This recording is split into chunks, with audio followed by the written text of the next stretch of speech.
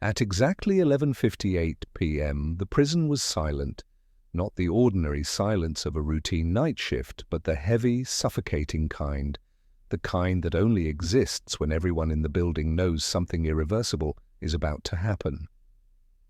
In cell 214, Daniel Carter sat on the edge of his bed, his hands trembling as he stared at the cold, concrete floor. In less than 2 minutes, the clock would strike midnight, and his life would officially be over. The guards stood in the hallway like statues. The execution room was prepped, the needles were ready, the paperwork was signed, and the schedule had been set for weeks. Everything was proceeding exactly as planned, except for one thing. Earlier that evening, Daniel had made a final request. He didn't ask for a final phone call to a long-lost relative. He didn't ask for a priest to read him his last rites.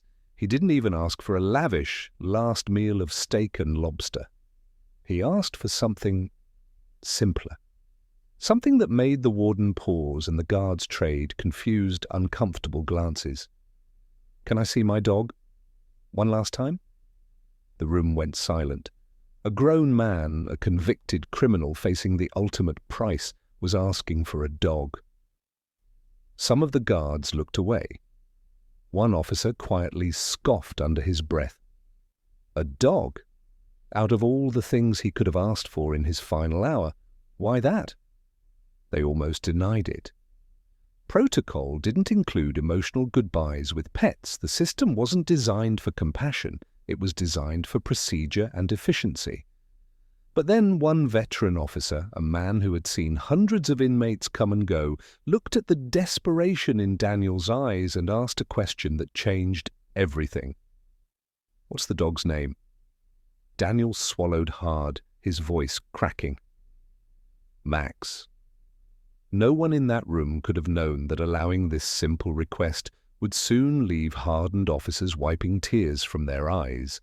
They couldn't have known that it would bring the entire prison into a stunned, breathless silence, because when that dog finally walked into the room, everything changed. And what happened next is why this story would never be forgotten. The name Daniel Carter didn't inspire sympathy in the local news or the crowded courtrooms of the city. To the public, he was just another inmate on death row, a ghost in an orange jumpsuit whose face appeared briefly on the evening news between weather reports and sports scores.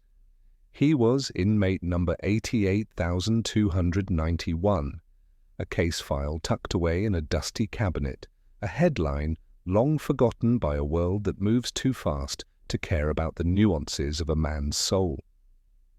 The media had painted a very specific portrait of him, a man of cold silence, a man of violence, a man who had squandered his life and deserved to lose it. But before the heavy iron gates of the state penitentiary slammed shut behind him, and long before the charges were read that would end his life, Daniel Carter had been someone else entirely. Daniel's life was not a series of opportunities, but a series of closed doors.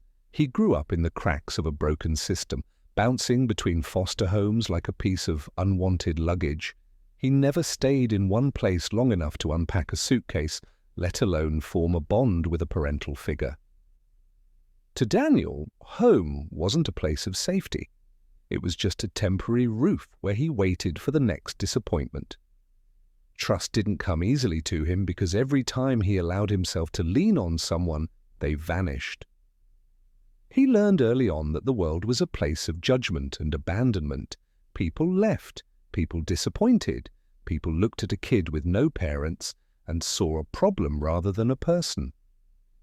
By the time he was 18, Daniel had built a wall around his heart that was thicker and more impenetrable than the stone walls of the prison cell he now occupied. He lived on the fringes of society as an adult, working grueling odd jobs and keeping his head down. He was a ghost in his own city, a man who spoke only when necessary and shared his life with no one. He believed that if he didn't let anyone in, no one could hurt him. But the universe has a strange way of finding the cracks in a man's armor. It happened on a Tuesday night in late November. The sky was a bruised purple, and a cold, biting rain was turning the city streets into a slick, grey maze. Daniel was walking home from a double shift at a warehouse, his boots soaking through, when he heard a sound that didn't belong in the mechanical hum of the city. It was a faint, rhythmic whimpering coming from behind a row of overflowing dumpsters in a dark alleyway. Most people would have kept walking, pulling their coats tighter against the wind. But Daniel, a man who knew exactly what it felt like to be ignored by the world, stopped. He moved a broken cardboard box and saw a creature that mirrored his own existence, a trembling, mangy puppy no more than a few months old. The dog was covered in mud, its ribs poking through its skin, shivering so violently that its teeth seemed to chatter. It looked abandoned, unwanted, and entirely alone. Daniel didn't plan to keep him. He didn't have the money for a pet, and he certainly didn't have the emotional capacity to care for another living thing. He told himself he would just get the dog out of the rain, maybe keep it warm until the morning when he could drop it off at a shelter. But when Daniel reached down with his calloused, tired hands, the puppy didn't snarl or pull away. It didn't bite out of fear. Instead, it let out a tiny, exhausted sigh and tucked its head into the crook of Daniel's arm, its small heart beating rapidly against his chest. In that dark, rain-soaked alley, the wall Daniel had spent 30 years building began to crumble. For the first time in his life, someone, even if it was just a scruffy mutt, wasn't judging him. The dog didn't see a foster kid, a loner, or a failure. It just saw a savior. That night, as Daniel carried the puppy back to his cramped apartment, he didn't realize that he wasn't just saving a dog's life. He was beginning a journey that would eventually lead to the most emotional night in the history of the state prison. He was no longer just Daniel Carter, the man the world had judged. He was Max's person. Max wasn't a purebred or a show dog with a pedigree. He was a scruffy, energetic mutt with one ear that stood perpetually upright and one that flopped lazily over his eye. He was a patchwork of brown and black fur, with paws that seemed a little too large for his body. But to Daniel, he was the most beautiful thing he had ever seen. The first few weeks were a challenge. Max was terrified of loud noises, likely a lingering trauma from being abandoned in the city. Every time a car backfired or thunder rolled, Max would scramble under the bed, his entire body vibrating with fear. Daniel, who usually lacked patience for the world, found a well of tenderness he didn't know he possessed. He would sit on the floor for hours, whispering softly to the dog, offering small bits of food, until Max felt safe enough to emerge. Slowly, the bond solidified into something unbreakable. Max didn't just become a pet, he became the one constant in a life that had been defined by shifting sands. When Daniel couldn't sleep because of the demons of his past or the overwhelming loneliness of his existence, Max was there. He would hop onto the bed and rest his heavy, warm head on Daniel's chest, his steady heartbeat acting as a metronome that calmed Daniel's racing mind. When Daniel's anxiety hit, that familiar, suffocating feeling that the world was closing in on him, Max sensed it before Daniel even spoke a word. The dog would nudge Daniel's hand with his wet nose, demanding to be petted, effectively forcing Daniel to stay grounded in the present moment rather than spiraling into the past. For years, they were a familiar sight in their neighborhood. Daniel started working harder, taking on extra shifts because he wanted to provide a better life for his boy. He bought the high-quality dog food, even if it meant he had to eat ramen for a week. He bought a sturdy leather collar with Max's name engraved on it, the first thing Max had ever truly owned. In return, Max gave Daniel a reason to come home. He gave him a reason to stay out of the bars and away from the bad influences of his younger years. For the first time, Daniel began to believe that maybe he wasn't completely broken. He was learning how to be a human being through the eyes of a dog who saw nothing but goodness in him. Max never judged Daniel's past. He didn't care that Daniel had been a foster kid who had been in and out of trouble. He didn't care about Daniel's bank account or his lack of social status. To Max, Daniel was the greatest person in the entire world. This unconditional love began to transform Daniel. He became kinder to his neighbors and more patient with the world around him. He was discovering that when you have someone or something to protect, you become a better version of yourself. He found joy in the simple things. The way Max's tail would thump rhythmically against the floor when Daniel walked through the door, the quiet companionship of a Friday night on the porch, and the way Max would chase his own tail until he fell over in a heap of fur and tongues. They were a team. It was Daniel and Max against the world. But as Daniel would soon learn, the world has a way of coming for those who finally find happiness, and one night of terrible luck was about to shatter their peaceful life forever.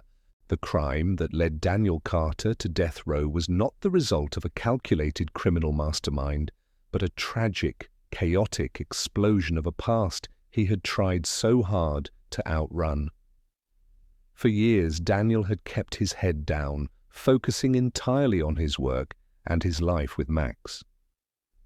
But in the neighborhood where he lived, the past was never really buried. It was just waiting for the right moment to resurface. It happened on a humid Tuesday night while Daniel was working a late shift at a local convenience store to save up for Max's vet checkups. He was alone, sweeping the aisles, when the bell above the door chimed. 3 men walked in. Daniel recognized 2 of them from his teenage years, men who had chosen a path of crime that Daniel had spent a decade trying to avoid. They didn't come in to buy a drink. They came in with a plan. They wanted Daniel to disable the security cameras and act as a lookout for a job they were planning at the warehouse next door. When Daniel refused, citing that he had a life now and a dog waiting for him at home, the atmosphere turned toxic. Insults turned into shoves, and shoves turned into a frantic, desperate struggle. One of the men pulled a firearm, intending only to intimidate, but in the scuffle that followed, the gun discharged. The sound was deafening in the small store. When the smoke cleared, a young bystander who had been at the back of the shop lay on the ground. The 3 men fled into the night, leaving Daniel standing over the scene, frozen in a state of shock. In the eyes of the law, Daniel was an accomplice, because he knew the perpetrators and had been seen arguing with them on the grainy security footage before the cameras were damaged. The prosecution painted him as the inside man who had lured the victim to his death. Despite his pleas of innocence and his lack of a weapon, the shadow of his foster care record and his youthful indiscretions loomed large. The jury saw a man with nothing to lose, unaware that he had everything to lose, a small, scruffy dog waiting for him on a porch. When Daniel was arrested that night, the police didn't let him go home to say goodbye. They didn't let him make sure the door was locked or that Max had water. As the sirens faded into the distance, Max sat by the front door, his ears perked, waiting for the familiar jingle of Daniel's keys. He waited for hours, then days. Neighbors later testified that the dog's howling was the most heartbreaking sound they had ever heard. Max refused to eat the food the neighbors left out. He sat on the porch, rain or shine, his eyes fixed on the street where Daniel's car used to appear. When animal control finally arrived to take him away, it took 4 men to catch him. Max wasn't being aggressive, he was just desperate not to leave the last place he had seen his person. He didn't understand courtrooms, sentences, or the finality of a death row conviction. He only knew that the man who saved him was gone, and he would wait until his last breath for him to return. Years crawled by inside the sterile, windowless corridors of the state penitentiary. For Daniel, the transition from a life of quiet freedom to the rigid, cold reality of death row was a slow death in itself. He was surrounded by men who had committed unspeakable acts, but Daniel didn't fit the mold. He didn't join the prison gangs and he didn't pick fights. Instead, he became a shadow, a man who lived entirely within the confines of his own mind. He spent his 23 hours a day of solitary confinement staring at the grey walls, but he wasn't seeing the concrete. He was seeing the park where he used to take Max. He was hearing the sound of Max's paws clicking on the hardwood floor. Inside, Daniel's anger at the system eventually softened into a heavy, suffocating blanket of reflection. He spent thousands of hours analyzing every second of that fateful night, wondering what he could have done differently. He wrote letters to the victim's family, expressing a remorse that words could barely contain. But the one thing that kept his spirit from completely shattering was the memory of his dog. He became known among the staff and other inmates as the Dog Man. He didn't talk about his case, and he didn't talk about his past. He only talked about Max. He spoke about Max during the mandatory counseling sessions with the prison chaplain, describing the way the dog's tail would wag in a circle when he was excited. He wrote stories about their adventures in his journals, filling hundreds of pages with descriptions of Max's personality. Some of the younger, more cynical guards mocked him, calling him weak for obsessing over a worthless mutt. But the older guards, the ones who had seen the way prison can turn a man's soul into stone, noticed something different. They saw that when Daniel spoke about Max, his eyes regained a flicker of the humanity that the system tried so hard to extinguish. Whenever a new guard would start the graveyard shift, Daniel would show them a tattered, faded photograph he had managed to keep. It was a picture of Max as a puppy, sitting in a patch of sunlight. "That's my boy," Daniel would say, his voice thick with a pride that didn't belong in a place of execution. He wasn't asking for pity. He was holding on to the only proof he had that he had once been a good man. As the date of his execution was finally set, Daniel didn't ask for an appeal. He didn't ask for a stay. He simply sat in his cell, clutching that photo, knowing that while the world had judged him and condemned him, there was one living creature who would have walked through fire to be by his side. It was this realization that led to his final, impossible request. As the execution date drew closer, the atmosphere in the death house grew heavy, a physical weight that seemed to press down on everyone, from the inmates to the high-ranking administrators. There is a rigid, centuries-old protocol for the final 24 hours of a man's life. It is a macabre dance of paperwork, final statements, and the famous last meal. When the warden, a stern man named Miller who had overseen dozens of executions, walked up to the bars of cell 214, he held a clipboard ready to record Daniel's final culinary wishes. He expected a request for something extravagant, perhaps a steak, a mountain of fried chicken, or a decadent dessert, something to provide a final spark of sensory pleasure before the end. But Daniel didn't even look at the menu options. He sat on the edge of his bunk, his eyes clear and remarkably calm. "I don't want a meal, Warden," Daniel said, his voice steady but quiet. "The food would only turn to ash in my throat.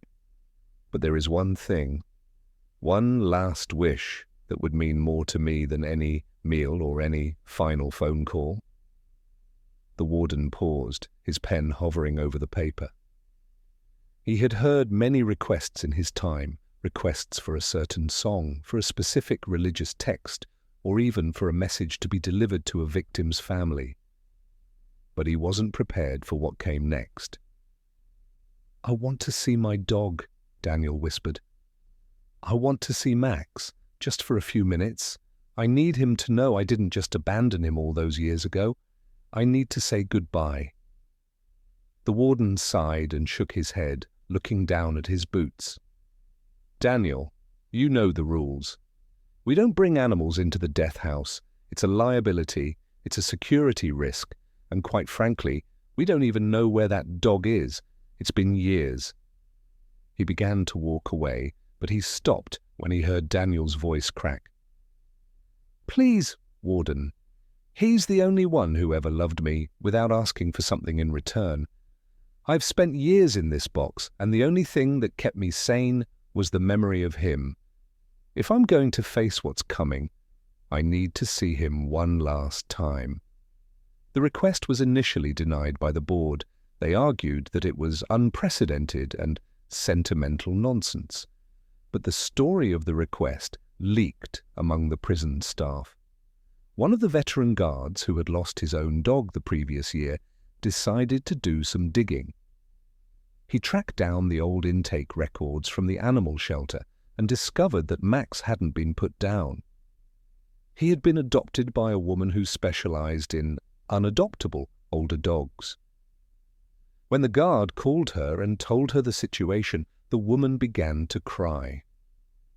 She told him that Max was still alive, though he was now old and slow, and that he still sat by her front door every evening at the same time, as if waiting for a ghost to walk through. Faced with the dog owner's willingness and the growing support from the prison staff, the warden finally relented. He signed the order for a one-time 30-minute visitation for compassionate reasons. The night of the execution arrived, but before the final walk to the chamber, Daniel was led into a small, sterile visitation room. It was a cold room, lit by flickering fluorescent lights and smelling of industrial-strength bleach. Daniel was heavily shackled, his wrists and ankles connected by a short chain that rattled with every movement. He sat at a small metal table, his heart hammering against his ribs in a way that the fear of death had never managed to achieve. The heavy steel door at the far end of the room groaned open, and for a moment everything in the world seemed to stop. An elderly woman walked in holding a leash. At the end of that leash was an old dog. Max's once vibrant black and brown fur was now shot through with white, especially around his muzzle. His gait was stiff, his eyes a bit cloudy with cataracts, and he sniffed the air with the cautious curiosity of a dog who had long since given up on surprises. At first, Max didn't seem to recognize where he was. He looked at the guards, then at the cold floor, his tail tucked slightly between his legs. Daniel couldn't stand up because of the shackles, so he slid off the chair and onto his knees on the hard concrete. He didn't say much.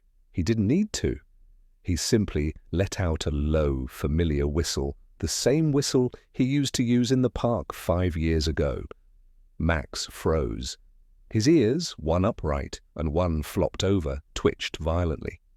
He turned his head toward the sound, his nose working overtime as he caught a scent that had been buried deep in his olfactory memory for nearly a decade.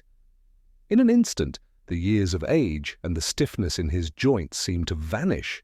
Max let out a sharp, joyous yelp that echoed off the prison walls and lunged forward, nearly pulling his owner off her feet.